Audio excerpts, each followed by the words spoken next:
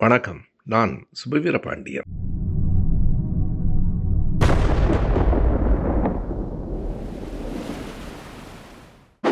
Michigan பல்கலைக்கழகத்தின் உளவியல் துறை பேராசிரியர் ராம் மகாலிங்கம் அவர்களுடன் காரில் பயணித்துக் கொண்டிருந்த போது, உங்களுக்கு பெசவாடா வில்சனை தெரியும் தானே என்று அவர் கேட்டார். எனக்கு தெரியவில்லை. பிறகு அவரிடமிருந்தும் மற்ற நூல்களில் இருந்தும் அவரை பற்றி தெரிந்து கொண்டேன். அவர் கையால் மலமள்ளும் தொழிலாளர்களின் பிள்ளையாக கோலார் தங்கவயலில் பிறந்தவர். அவரை பெற்றோர்கள் படிக்க வைத்தார்கள். ஆனால் தான் மட்டும் படித்தால் போதாது, மற்றவர்களும் இந்த தொழிலிலிருந்து விடுபட வேண்டும் என்று கருதி 1986ஆம் ஆண்டு தன்னுடைய 20வது வயதில் அதனை எதிர்த்தவர் போராட்டங்களை தொடங்கினார். 1993இல் இந்திய அரசே அதை தடை செய்தது. ஆனாலும் அந்த நிலை மாறவில்லை. 2003ஆம் ஆண்டு அவரும் அம்பேத்கரிய செயற்பாட்டாளர் பால் RS சங்கரன் என்கிற IAS அதிகாரியுமாக உச்சநீதிமன்றத்திலே வழக்கு தொடுத்தார்கள். உச்சநீதிமன்றம் அது தடை செய்யப்பட வேண்டும் என்று உறுதியாக தீர்ப்பளித்தது.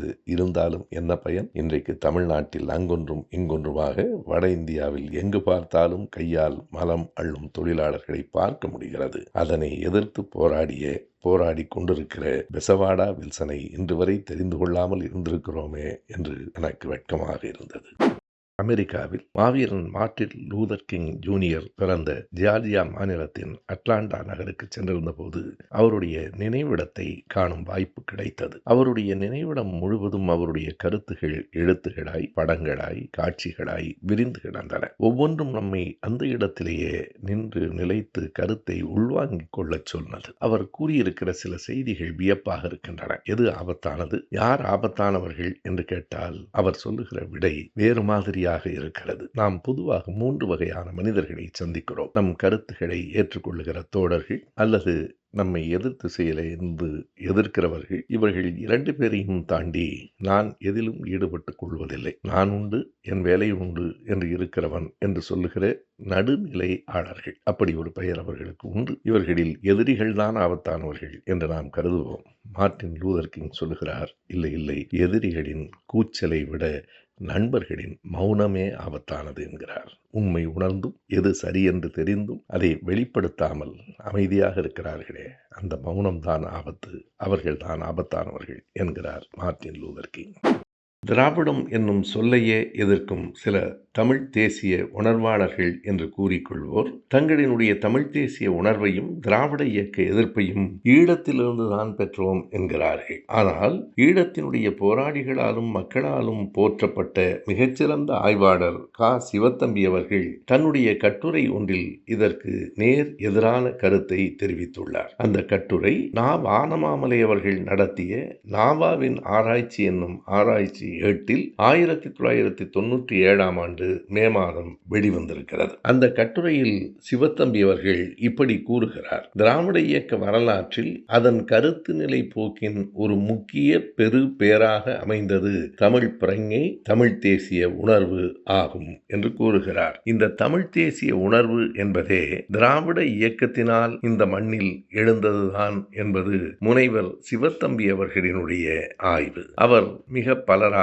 உலகம் முழுவதும் போற்றப்பட்ட ஒரு தமிழ் அறிஞர், ஈழத்து மக்களால் இன்றைக்கும் கொண்டாடப்படுகிற ஓர் அறிஞர்.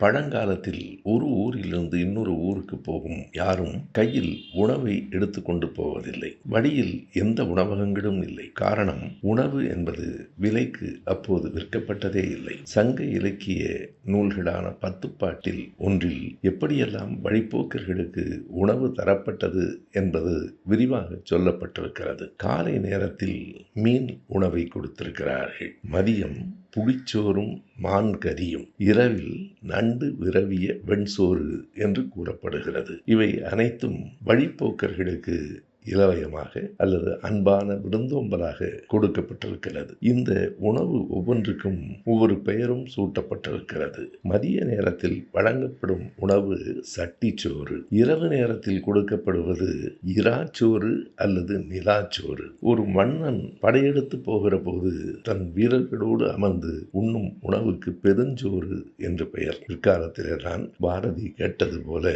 வெறும் சோற்றுக்கா வந்தது இந்த பஞ்சம் என்னும் நிலை வந்தது. பிறகு சோறு விற்பனைக்கு உள்ளாக்கப்பட்டது. இப்போது தண்ணீரும்.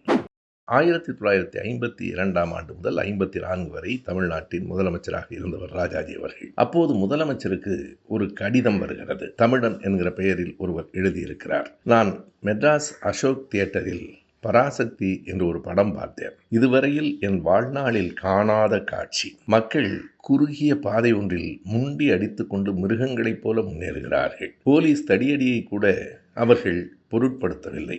பகீரத பிரயத்தனம் என்பார்களே, அதைவிட இது மோசமாக இருக்கிறது. எல்லாவற்றையும் தாண்டி டைட்டில் கார்டு வருகிற போது கதை வசனம் மு. கருணாநிதி என்று வந்தவுடன் அந்த திரையரங்கமே விசிலடித்து ஆர்ப்பாட்டம் செய்து ஆரவரிக்கிறது. இப்படி ஒரு காட்சியை நான் பார்க்கவில்லை. இதை முதலமைச்சர் அவர்கள் கவனத்தில் கொள்ள வேண்டும். இது மிகப்பெரிய ஆபத்திற்கான முன்னோடியாக இருக்கிறது. எனவே பராசக்தி படத்தை தடை செய்ய வேண்டும். கைதட்டுகிற அந்த காட்சியை என்னால் பொறுக்க முடியவில்லை. இப்படிக்கு தமிழன் என்று ஒருவர் எழுதியிருக்கிறார். அன்றைக்கே தமிழன் என்ற பெயரில் திராவிடத்தை யாரோ ஒருவர் எதிர்த்திருக்கிறார். இதனை ஆய்வாளர் MSS பாண்டியன் திமுக சினிமாவின் காலமும் வரலாறும் என்னும் தன் கட்டுரையில் வெளிப்படுத்தியுள்ளார்.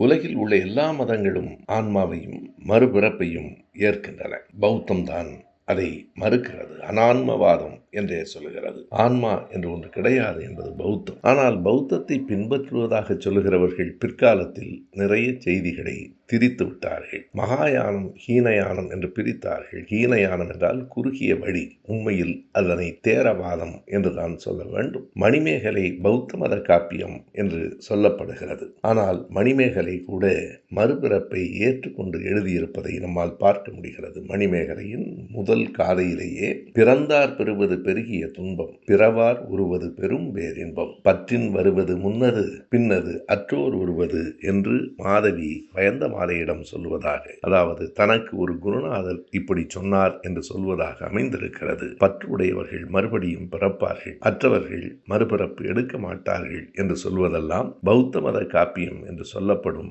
மணிமேகலையில் இடம்பெற்றிருக்கிறது. இது பௌத்த தத்துவத்திற்கே எதிராகத்தான் இருக்கிறது.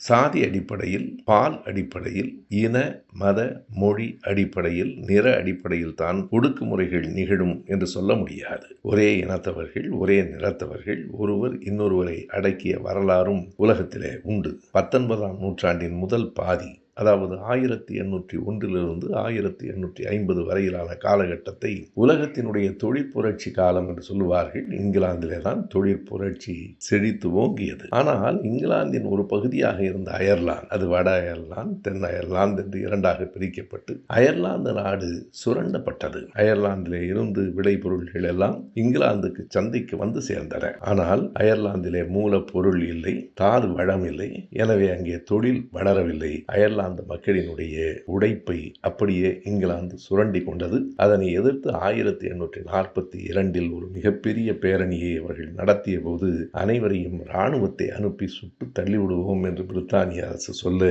அந்த பேரணியும் அந்த புரட்சியும் அடங்கி போயிற்று. மறுபடியும் அந்த மக்கள் போராடி 1922 டிசம்பரிலே தான் தங்கள் குடியரசு உரிமையை பெற்றார்கள். 2 நாள்களுக்கு முன்பு கருஞ்சட்டை பதிப்பகத்தில் நூல்களை வாங்குவதற்காக வந்த நண்பர்கள் இருவர் என்னை சந்தித்து பேசினார்கள். 2 பேரும் ஈழத்தில் பிறந்தவர்கள். ஒருவர் சுதமலையில், இன்னொருவர் யாழ்ப்பாணத்தில். அவர்களில் சுதமலையில் பிறந்தவர் இப்போது கனடா நாட்டில் டொரண்டோ நகருக்கு அருகில் உள்ள ஒரு ஊரில் இருக்கிறார். யாழ்ப்பாணத்துக்காரர் அங்கேயே இருக்கிறார். அவரை பார்த்து யாழ்ப்பாணம் இப்போது எப்படி இருக்கிறது என்று கேட்டேன். நோர்மல், இயல்பாய் இருக்கிறது என்றுதான் சொல்ல வேண்டும் என்றார். இயல்பாக இருக்கிறது என்றால் எப்படி சொல்லுகிறீர்கள்? ஒன்றுமில்லை, பள்ளிக்கூடம் இயங்குகிறது, கோயில்கள் திறந்திருக்கின்றன, கடைவீதி இருக்கிறது என்று சொன்னார். ஆனால் இராணுவ வீரர்கள் எல்லாம் இப்போது இல்லையா என்று கேட்டேன். ஏன் இல்லை? கடைவீதியில், பள்ளிக்கூடத்துக்கு அருகில் எல்லா இடங்களிலும் மிஷின் கன்னோடு ஆமி இப்போதும் நின்று கொண்டுதான் இருக்கிறது என்றார். அந்த இயந்திர துப்பாக்கிகளோடு அவர்கள் நின்று கொண்டிருப்பதை எப்படி இயல்பு என்று சொல்கிறீர்கள் என்று கேட்டால் பழகி போய்விட்டது என்று அவர் கூறினார். சாதியெல்லாம் இப்போது இல்லைதானே என்றேன். யார் சொன்னது? அதெல்லாம் அப்படியேதான் இருக்கிறது. சரியாய் சொன்னால் இன்னும் கூடுதலாக இருக்கிறது என்று சொன்னபோது எனக்கு கொஞ்சம் அதிர்ச்சியாகத்தான் இருந்தது. அவர் மேலும் சொன்ன சில செய்திகளும் நமக்கு கவலையைத்தான் தந்தன. யாழ்ப்பாணம் இயல்பாக இருக்கிறது என்கிறார்கள். எல்லோரும் ஒற்றுமையாக இருக்க வேண்டும் என்று பலர் அறிவுரை சொல்வதை நாம் கேட்டிருக்கிறோம். ஒற்றுமை நல்லதுதான். ஆனால் அப்படி வெறுமனே ஒற்றுமையாக இருக்க வேண்டும் என்று சொல்லுவது பொருத்தமானதில்லை. சோவியத் நாட்டின் அதிபராக இருந்த புரட்சியாளர் லெனின் சொல்லுவார், ஒற்றுமை என்பது மிகச்சிறந்த சொல், நான் மறுக்கவில்லை. ஆனால் ஒரு கேள்வி இருக்கிறது, யூனிட்டி வித் ஹூம் என்று கேட்பார். யாருடன் ஒற்றுமை? கருத்து ஒற்றுமை இல்லாதவர்களெல்லாம் ஒன்றாக சேர்ந்து நிற்பதால் எந்த பயனும் இல்லை. யூனிட்டி ஆஃப் மார்க்சிஸ்ட் என்று சொல்லுங்கள். மார்க்சிய சிந்தனையாளர்கள் ஒன்றுபட வேண்டும், போராடுகிற எண்ணமுடையவர்கள் ஒன்று சேர வேண்டும் என்று சொல்லுங்கள். லெனின் மேலும் குறிப்பிடுவார், I don't need simply unity, I emphasise only the fighting unity என்பார். நான் வெறுமனே பொத்தாம்புதுவில் ஒற்றுமை என்பதை ஏற்பதில்லை, அது போராடும் ஒற்றுமையாக இருக்க வேண்டும். எந்த விதமான கருத்து ஒற்றுமையும் இல்லாதவர்கள் வெறும் மக்கள் ஒற்றுமையாக மட்டும் சேர்ந்தால் அது எந்த பயனையும் தராது. மேற்கொண்டு அந்த ஒற்றுமை வெறும் சுமையாகத்தான் இருக்கும் என்று சொல்லுவார். ஒற்றுமை பற்றிய சிந்தனையில் இது மிக நுட்பமானது. எல்லோரும் ஒற்றுமையாக இருக்க வேண்டும் என்பதை விட யாருடனெல்லாம் யார் ஒற்றுமையாக இருக்க வேண்டும் என்பதுதான் மிக மிக முக்கியமானது. 1962 பொது தேர்தலை ஒட்டி திமுக கழகம் தமிழ்நாடெங்கும் கூட்டங்களை நடத்தி தேர்தலுக்கான நிதியை திரட்டி கொண்டிருந்தது. அப்படி ஒரு கூட்டம் சென்னை பெரம்பூரில் நடைபெற்ற போது அதில் பேரறிஞர் அண்ணா அவர்களே கலந்து கொண்டார். பலரும் நிதி அளித்தார்கள். அப்போது குணசேகரன் என்னும் தொண்டர் ஒருவர் ஓடி வந்து தங்கச் சங்கிலியால் ஆன கடிகாரம் ஒன்றினை அண்ணாவின் கைகளில் கட்டினார். அண்ணா சொன்னார், எனக்கு ஏற்கனவே கடிகாரம் இருக்கிறது, தேர்தலுக்கு நிதிதான் தேவை. அதே நேரத்தில் எனக்கு கடிகாரத்தை பரிசளித்த அந்த தொண்டனின் கைகளை பார்த்தேன், தம்பியின் கைகளில் கடிகாரம் இல்லை. எனவே இதனை அவருக்கே நான் திரும்பவும் அணிவிக்கிறேன். ஆனாலும் நான் விரும்புகிற பரிசு ஒன்று இருக்கிறது, குணசேகரன் அதை எனக்கு தர வேண்டும். கடிகாரத்தின் அடையாளமே ஓய்வின்றி ஓடிக்கொண்டே இருப்பதுதான். குணசேகரனும் அப்படி ஓய்வின்றி உழைத்து கழகத்திற்கு வெற்றியை தேடி கொண்டு வர வேண்டும். தேர்தலில் நாம் பெறுகிற வெற்றிதான் அவர் எனக்கு தருகிற நான் விரும்புகிற பரிசாக இருக்க முடியும் என்றார் அண்ணா.